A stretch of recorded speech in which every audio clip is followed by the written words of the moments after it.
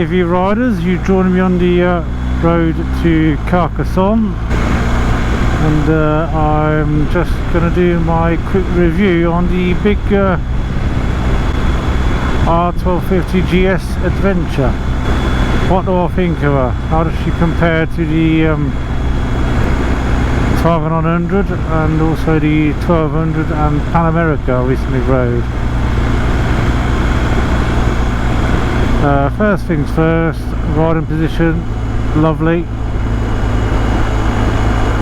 no issues whatsoever. Got a little bit of a bend in my knee which does get a bit uncomfortable after a while, but it's not majorly uncomfortable. The seat is fine as well, not as plush, yeah, not as plush as the Tiger 1200, but better than the 900. Wind protection really good, got the screen on its lowest setting, not being buffeted whatsoever, lovely. There's great wind protection, there's all them deflectors there, so they're doing a great job. In terms of comfort overall, it's pretty good, nice place to be. You can see why these are so popular for touring. I'd be happy to cover many miles on this without breaking any sweat. You are over a few vibrations through the handlebars, but it's not as bad as on the Tigers. One thing I do despise though is this sodding Garmin sat-nav. I hate it. It's clunky, awkward to use, it keeps going weird on me, like freezing and jumping like it's doing now. I suspect it may be faulty, to be honest, but the mapping, the user interface, everything, oh, not for me. Give me TomTom anyway. Sorry Garmin fans, but this is shit. Possibly one of the worst sat-navs I've ever used. Now, I've done a fair few miles on this bike now, so I've got a pretty good feel for it. Now, one caveat I will give right now is that the front tyre is barely legal. I mean, I'm surprised they let me out with it, but I'll hide it from a place in Perpignan, but they were waiting for the new one to come in, so I'd already hired a bike. I'm not going to say no, I'll just make do with it, but it's not affected the handling too badly. It's just at slow speed I'm feeling it. It does mean that I'm being a bit more careful when barreling in the corners, because yeah, there's virtually no tread left on it. It's pretty much slick, but yeah, it's not affected the handling too badly, to be honest.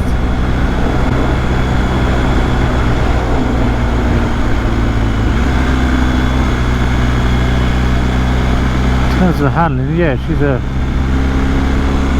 considering the size of this beast,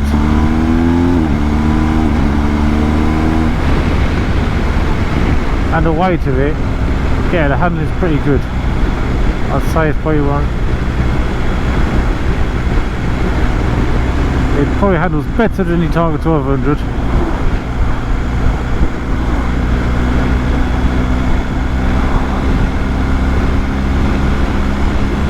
Having said that, stick a decent set of tyres on the 1200 rather than the Metza Tarances, and it may be a different story. Suspension wise, you've got the electronic suspension, and got no complaints. It's doing its job pretty effectively. Good feel from the chassis, good feel for what everything's doing. I do find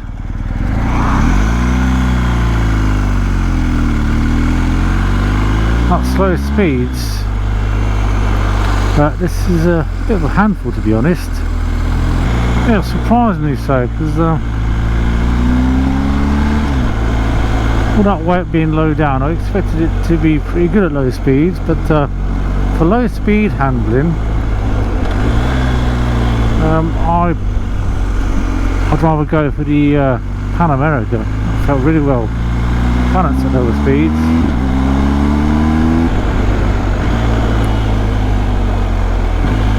Look at that abandoned house. or whatever it was. What a waste. Oh, you're probably not picking up the camber of the road here. This is not something you want to get wrong.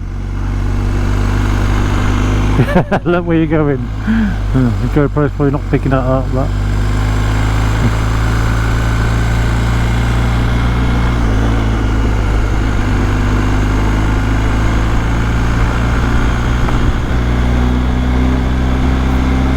yeah, so engine wise, I'll be honest, I preferred the Pan America in that respect, looks wise and feel wise. I've never been a big fan of the boxer engine.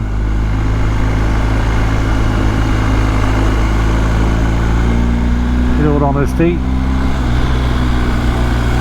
and my favourite bike with the boxer engine in is still the R1250GS.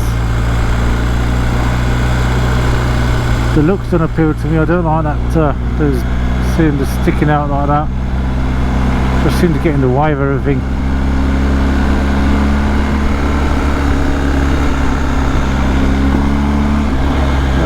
One thing I do like about it though is the sound and that characteristic thump when it starts up and you feel the engine,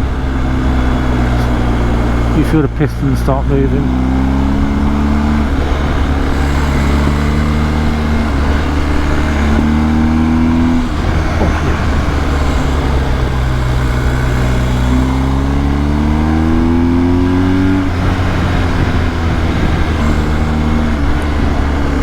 So in terms of wind protection, I think this the GS has got a lot of the other adventure bikes beaten on that, in that respect,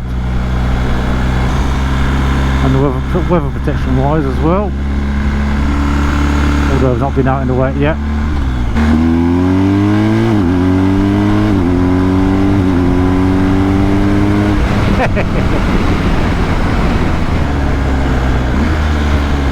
Braking wise, yeah, phenomenal. Brakes are really good. Some BMW branded front and I think it's Brembo at the rear. But yeah, progressive, plenty of feel. They're not snatchy or nothing. Front and rear, so let's try and do a demonstration. Nothing behind me. Yeah, that's the front. I was literally just grabbing at the brake, and yeah, it's all perfectly stable. Rear brake. Oh yeah, you can feel that rear tyre slide a bit, and then the ABS kicks in. Yeah, brakes are brilliant. Then we come to the gearbox. Only one word to describe the gearbox, and that is agricultural. I mean, people say about Harleys, but yeah, this is a bit of a clunk.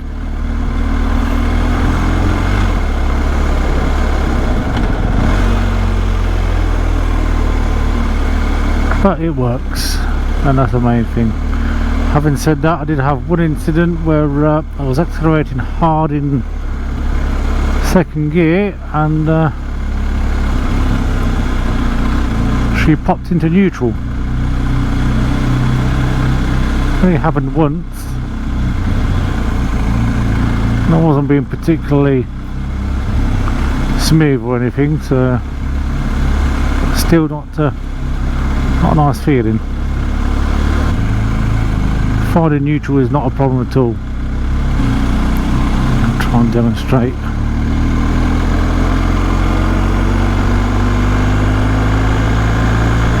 So I'm in second gear now, going to a stop, second gear, nothing behind me, so nice and easy, straight into neutral, first not a problem, And neutral, not a problem. Yeah, very easy to find neutral, so that's one good thing. Bit of a clunk when you stick it into first, and off we go. Oh wow, look at this.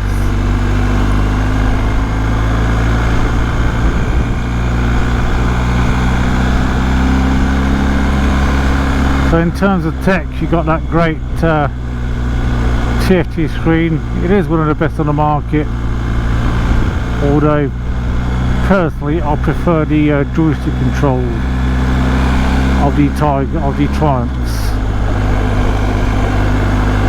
That's probably just because I'm used to it, so if you're used to this, you'll probably say the exact opposite.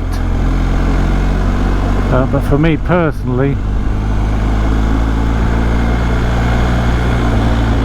I prefer that joystick control. Then in terms of tech, you got your let's see, ABS, traction control. I think they're lean sensitive on this.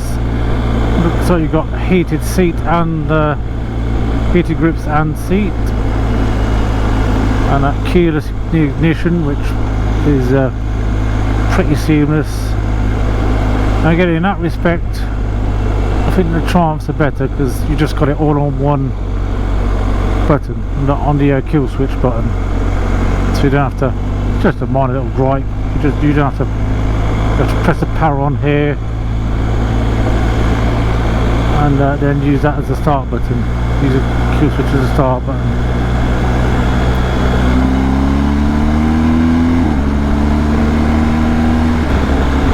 Riding at night, if I get a chance I shall do a video on it, but again, this is one area where I would mark this bike down because the headlight is not as good as on my Tiger 900, and the switches are not backlit, so you've got all these switches here, and in the dark you cannot work out what is what.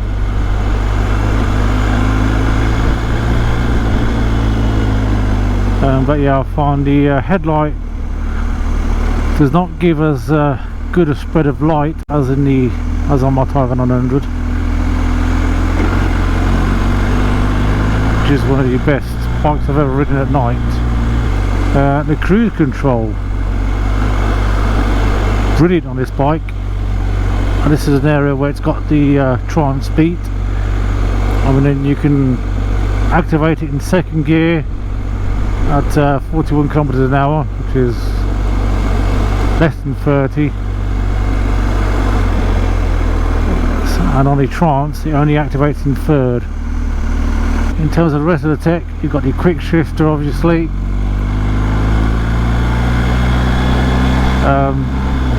Not the best quick shifter I've ever used, has to be said.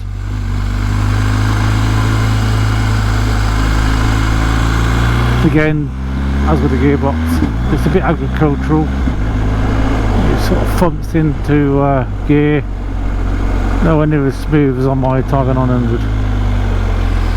And also, I've had times where it's not wanted to work for some reason, and I've had to use the clutch. If there's one thing that BMW do that Triumph should take a note of,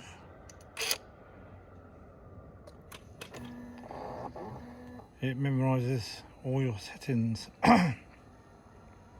So it's kept my fog lights on, my heated grips, all those kind of settings. So I've got my lights set to automatic. Just going to go through the TFT settings. So, using the click wheel. Suspension settings. I think it's linked to the riding mode, so I'm in rain at the minute. Yeah, so I should press down the menu button. Press again. You can navigate. Lots of settings. Also, you've got the SOS button here. So So in case of emergency, press that. Nothing it activates automatically if you come off the bike. So yeah, pretty well equipped bike this. So let's have a little walk around of the GS. Got that clever Telever front end. Bridgestone tyres that are absolutely shot. Boxer engine, which is obviously a bit like Marmite, I think, and yeah, doesn't appeal too much to me in looks wise. The exhaust looks pretty good though, well packaged. What was that?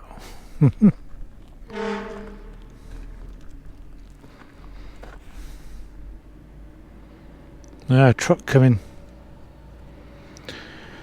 Oops.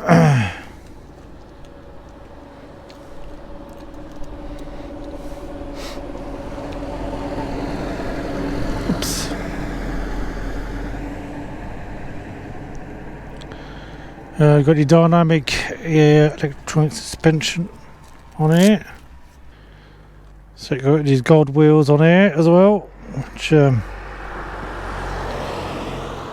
you know, personally I prefer the non-spoked version, just easy to clean. They do look kind of cool. I do like the colour scheme. Got the Brembo brakes at the rear, Brembo brake caliper, and the BMW branded calipers at the front. Brakes work really well. Bit of a gap here where the seat sits. That does look particularly clever. The passenger seat is set quite high, and you feel that when you do carry a pillion. Can't see if it's adjustable or not. So that's alright, so you don't have to take both seats off at the same time. So it looks like that is an adjuster there. But yeah, it's just doesn't look particularly good where there's a great big gap. And you got the classic BMW TFT. Watch that come on. Does look good. This Garmin sat-nav though is a thing of hate. I cannot stand it. It's clunky, awkward, and yeah, it doesn't work very well in practice. I'm sure I'll get loads of people telling me I'm talking bullshit, but for me, I'll stick to TomTom. In terms of fit and finish, actually I'd say the build quality doesn't look too bad actually. Looking at this bike, it's done about 6,000 miles and doesn't look too bad, considering it's probably having a hard life as a rental bike. Rear lights, look like indicators. The good thing with this, you can have the fog lights on along with the daytime running light to give you more visibility. Which I've been doing. That's the daytime running light. I don't know if you'll pick that up on the GoPro. You can have the running light to turn automatically to night time if you wish. So basically it's got a light sensor. One thing I find a bit annoying is that the adjuster knob for the screen is really easy to use, but why is it on the right hand side? If it's on the left hand side you'd have no problem adjusting it on the move. So, that's a bit annoying, but might be one of those things to stop you from using it whilst you're on the move. You got waterproof USB point there. I think can't see if it's one or two in there, but you've got that. That's handy. Very handy to have.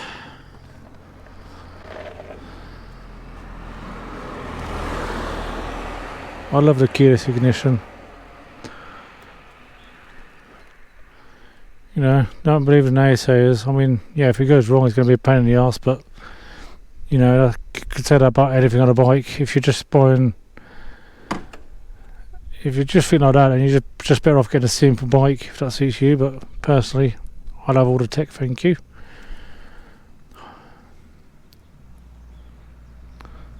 Okay, firing into life, you can definitely feel that distinctive boxer rumble when it kicks from side to side. And yeah, so on this bike I've got heated grips and heated seat. Your riding modes, you've got rain, road, dynamic and dynamic pro. It does have hill hold assist. For some reason I seem to come on with a neutral, so that's about all I've got to go from the walk around. I mean, it seems like a well built bike. Got no complaints in terms of build quality. All looks good. There's no rust or anything. I mean, we are in the south of France here, so this bike's not been living in cold, wet Britain. But yeah, all seems good. Rightio, let's walk around then. Let's do some more riding.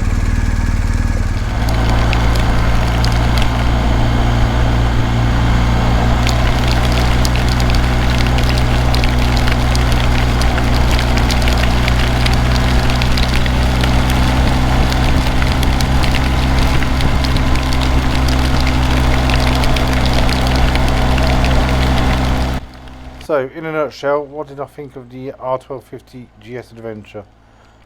Great bike, not for me. It just felt a bit too cumbersome in places, and that engine doesn't really do it for me personally.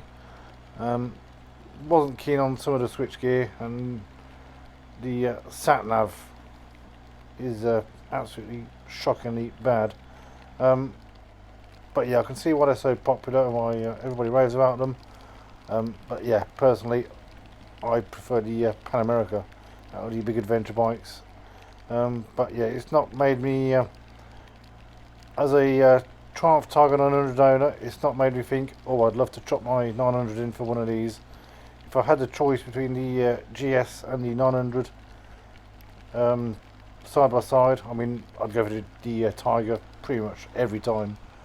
The only time that the bigger bike won't win out is on longer distances, because I think it might be that little bit more comfortable. But apart from that, yeah, it's a good bike, but not my cup of tea. I know that was going to be controversial with some people, but sorry, that is my opinion.